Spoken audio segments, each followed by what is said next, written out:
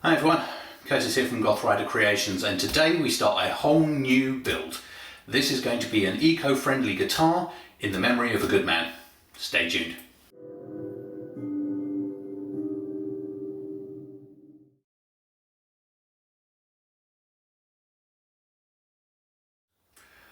So, for a little background for those of you that don't know, when I first started on my guitar building journey, 2022, there was one of the first subscribers and first supporters of my channel, and he was a gentleman called Jurgen Zoller.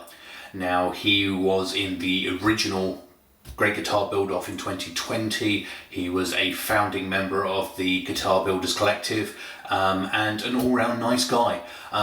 He pretty much, he was supporting everyone and anyone. If you were building, he was watching, he was providing advice and encouragement. Unfortunately, I didn't get to know him all that well, but I knew that he was a lovely, lovely guy. Unfortunately, he passed away beginning of this year, and the other members of the Guitar Builders Collective came up with a build-along cup in his honour, which is called the Jurgs Cup. Now, the whole idea for it this year is to build a guitar with whatever you have lying around, and not necessarily the giant pile of expensive timbers you have in the corner. If you don't have stuff lying around, then it's meant to be stuff from the hardware shop, and anyone that's been watching my builds knows that's perfect for me.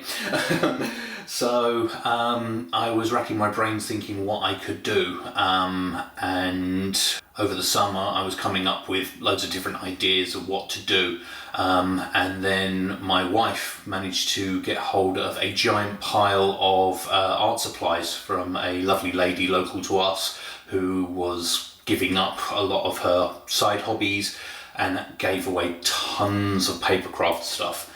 And included within that was a giant pile of coloured crafting paper.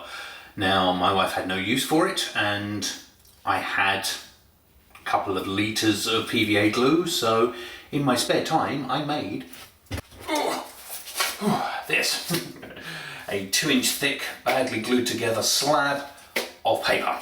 So I figured this was absolutely perfect. So I have come up with an eco design for this body, and this has kind of led all the way into the process. I don't understand why guitars are as big as they are. Back in the day, it makes sense, you use large bits of wood and whatever else. In the modern world, it doesn't need to be that big. And you've got things like Strandbergs, and you've got some of the sort of tiny guitars that you can have. I know some people prefer the size, but we won't go there. But I don't understand, as long as you can house the bridge, the neck, a pickup and some electronics and a couple of strap buttons, it doesn't matter if the guitar is 8 foot wide or 1 foot wide, it really doesn't matter. So the more I thought about it, the more I realised that if you design the guitar with just the bare minimums required, you can actually make quite an eco-friendly axe. If you're using as many recycled materials as possible or local materials as possible, keep the sizes as minimal as possible and keep the process as minimal as possible. Less wastage of energy, less time wastage. So I have spent the last few months coming up with an idea of how to do this. So this is going to be my first custom designed guitar, and it is going to be the EC01 or the Eco 1. So yeah, that is the entire plan. So I'm not going to waffle too much. I'm going to start on the bloody blank, and then you'll be able to see kind of what I'm doing as I'm doing it. In the next episode we'll work on the neck, and I'm going to try and keep this not too long. But yeah, this is basically the starting point. Let's see what we do with it.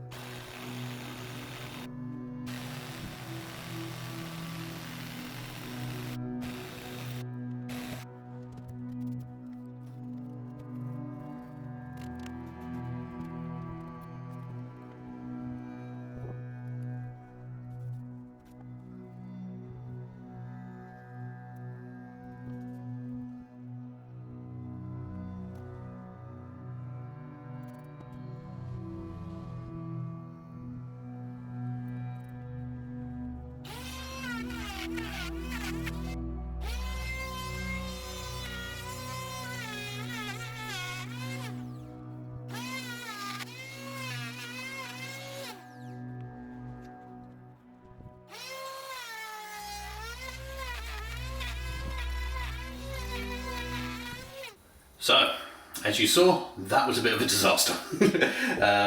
Yeah, I foolishly thought that if I just cut it in half with the jigsaw, a little bit of tidying up with the sander, glue 2 halves together, done.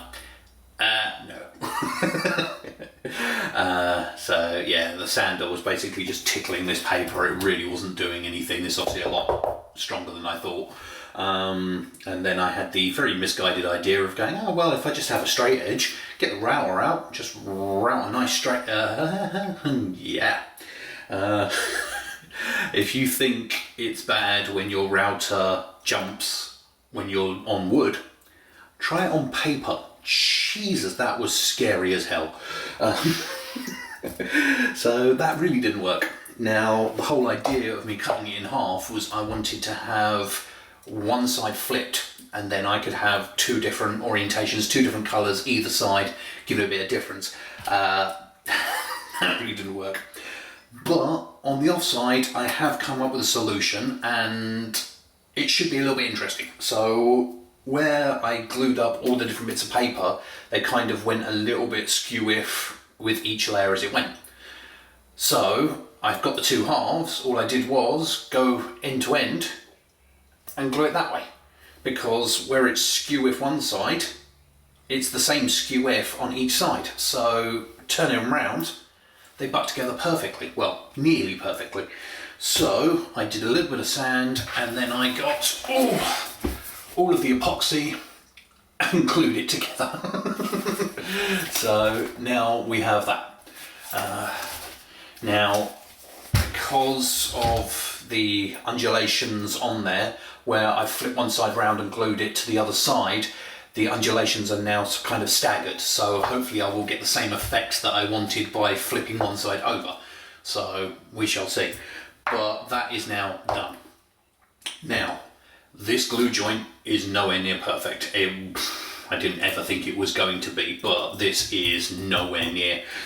We're looking about 3mm gap on the worst of it.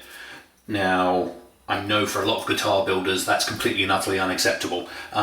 This isn't wood, and the plan is that I've got to reinforce this wood anyway, this paper, because as you can probably see from the edge profile, there are gaps and voids all over the place. So I've got to completely resin infuse this whole slab anyway to actually make it strong enough that I can work on.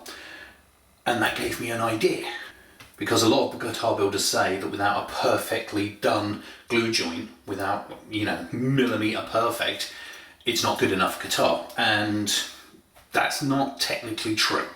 There are certain things that you absolutely have to build a guitar. The neck absolutely has to be in line with the bridge. You've got to absolutely have a designated scale length between the nut and that bridge, so you can tune and you can intonate. You absolutely have to have the right height between the bridge and the nut and the relation of the frets, if you have frets, so that the strings do not bottom out on any of those frets and you get a clean run. Those are the only actual things that need to happen.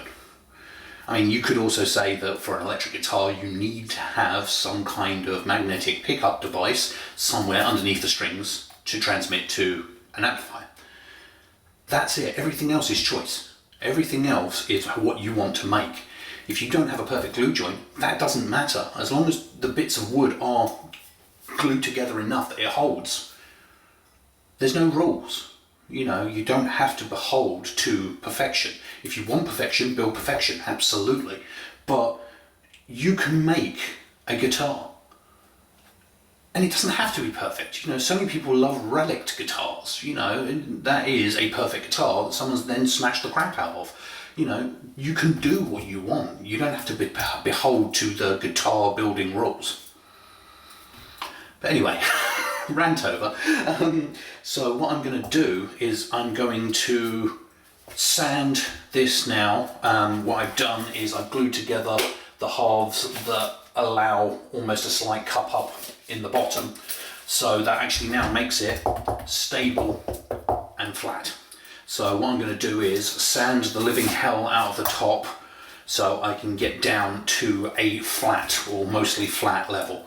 From there I can flip it over, get the back, so that way we don't have as much of the undulation, and I can actually start showing some of the pattern within the paper. And then I'm going to do some other crazy stuff.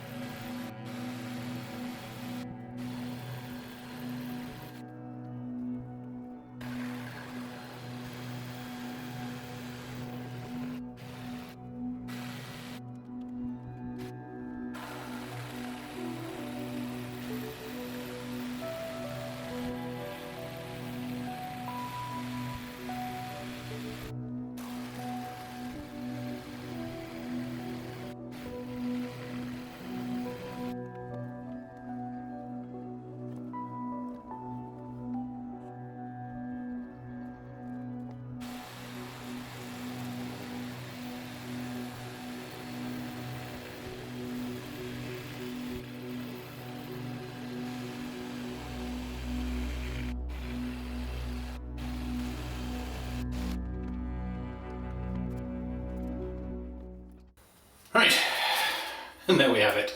So that is the shape we're going for, and as you could see, I've drawn a few holes in it. Now that is all for a purpose, don't worry. If I had glued this together with epoxy, and I mean each individual layer of paper, this wouldn't have been necessary. I could literally just get started. Because I use PVA glue to glue all this together, I can't be sure that every layer is going to be absolutely 100% bonded. It was also cheap PVA. So you've also got all of the voids in the sides, so I wanted to make sure that I can realistically stabilize all of this. So what I'm going to do is do one final sand just to get some of the major wavy stuff out of the top and bottom, and then we're going to fill this thing with resin. We're going to make a custom mold that is basically the same size as this, and then using the holes I've drilled, we're literally going to fill the whole thing up with coloured resin.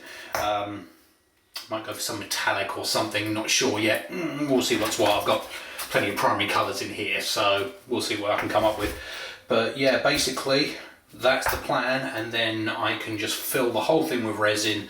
The resin can go through the holes, seep into the paper, stabilise the whole thing, and then we should be in business. So I will get the mould done and get the epoxy poured.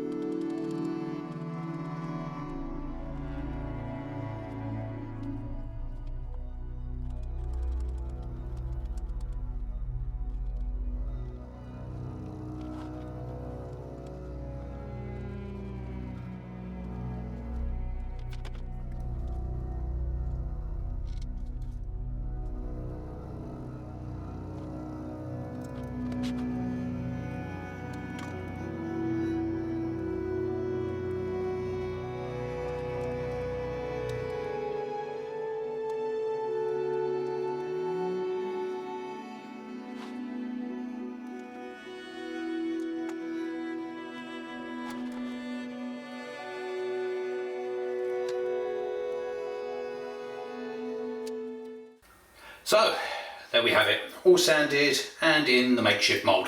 I didn't go too crazy with it. There's really no point. I don't think I'll ever do anything in resin to this shape ever again, so there's no point going to town. I'm not a big fan of using glue gun sticks to make molds. It creates a lot of pinholes and a lot of gaps, so that's why you see me go around with all the silicone. This I will have to now leave until at least tomorrow before I can pour the resin. I might film it, I might do a little montage just so you can see in the next episode, but I won't go too crazy because it is literally just going to be pouring layer after layer after layer of resin. The resin I use, you can't go more than 10 millimeters thick, and this is a 45mm body, so it's going to be a minimum of 4 pours, even though the gaps in it are quite small. If you get any areas that are slightly larger, the resin can cause issues, so it's going to be a slow process. I'll just top it up pretty much every day for a week, and then I'll have to leave it 3 or 4 days after that final pour before I can demold anyway. So that'll do it for this episode. So yeah, slightly different one. Please please subscribe if you haven't already. Please throw me a comment, let me know what you think of this thing, this random pile of paper. And in the next episode I will show you the neck material and we will get that roughly shaped. Okay everyone, thanks a lot, take care.